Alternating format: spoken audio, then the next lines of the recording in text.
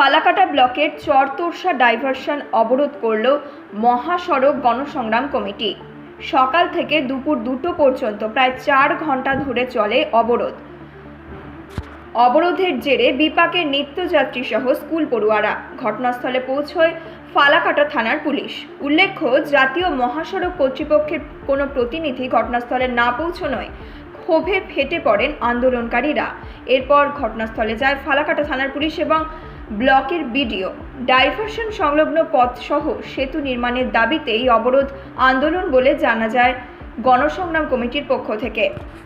আমরা মহাসড়ক গণসংগ্রাম কমিটির পক্ষ থেকে শুধু আজকে না, আমরা দীর্ঘকাল যাবত ফালাকাটা থেকে সলসলাবাড়ি পর্যন্ত যে 41 কিলোমিটার নির্মীয়মান মহাসড়ক এবং জাতীয় সড়কের উপর দিয়েই তো মূল মহাসড়কের কাজটা হচ্ছে, যে অত্যন্ত চরম দুর্ভোগের মধ্য দিয়ে আমরা এই রাস্তার উপর দিয়ে চলাফেরা করছি, জীবনের ঝুঁকি নিয়ে। প্রত্যেকটা মানুষ আজকে আমাদের অত্র এলাকার প্রত্যেকটা পরিবারের ছেলেমেয়েরা স্কুল কলেজে পড়াশোনা করছে, তারাও জীবনের ঝুঁকি নিয়ে তারা স্কুল কলেজে যাচ্ছে। আমাদের অত্র এলাকার সমস্ত কৃষক বন্ধু তারাও তাদের উৎপাদিত ফসল কিষাণ মান্ডি সহ বিভিন্ন হাটে বাজারে বিক্রি করতে যাচ্ছে, টোটোতে করে বা ছোট গাড়িতে করে। এই মৃত্যুফাদ রাস্তার উপর দিয়ে যখন কৃষিজাত পণ্য কৃষক নিয়ে যাচ্ছে, প্রতিদিনই দুর্ঘটনার সম্মুখীন হচ্ছে।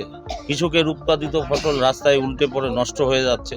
ঘটনা প্রসঙ্গে আন্দোলনরত মহাসড়ক সংগ্রাম কমিটির অন্যতম সদস্য দীপক রায় বলেন, এইখানে 2017 সালে এনএচ কর্তৃপক্ষ কাজ শুরু করছিল।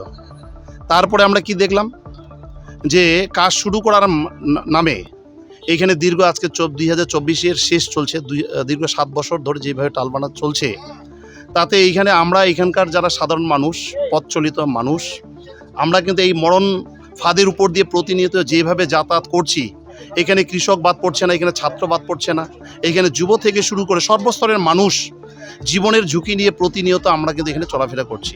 তো আমরা এই যে চলাফেরা করছি, আমরা দীর্ঘ কয়েক বছর যাবত এনএচ কর্তৃপক্ষকে আমরা নানানভাবে ওদেরকে আমরা জানান দেওয়ার সত্ত্বেও আমরা আমাদের আন্দোলন আইনের পথে করা সত্ত্বেও তারা কিন্তু কোনোদিনও কর্ণপাত করেনি।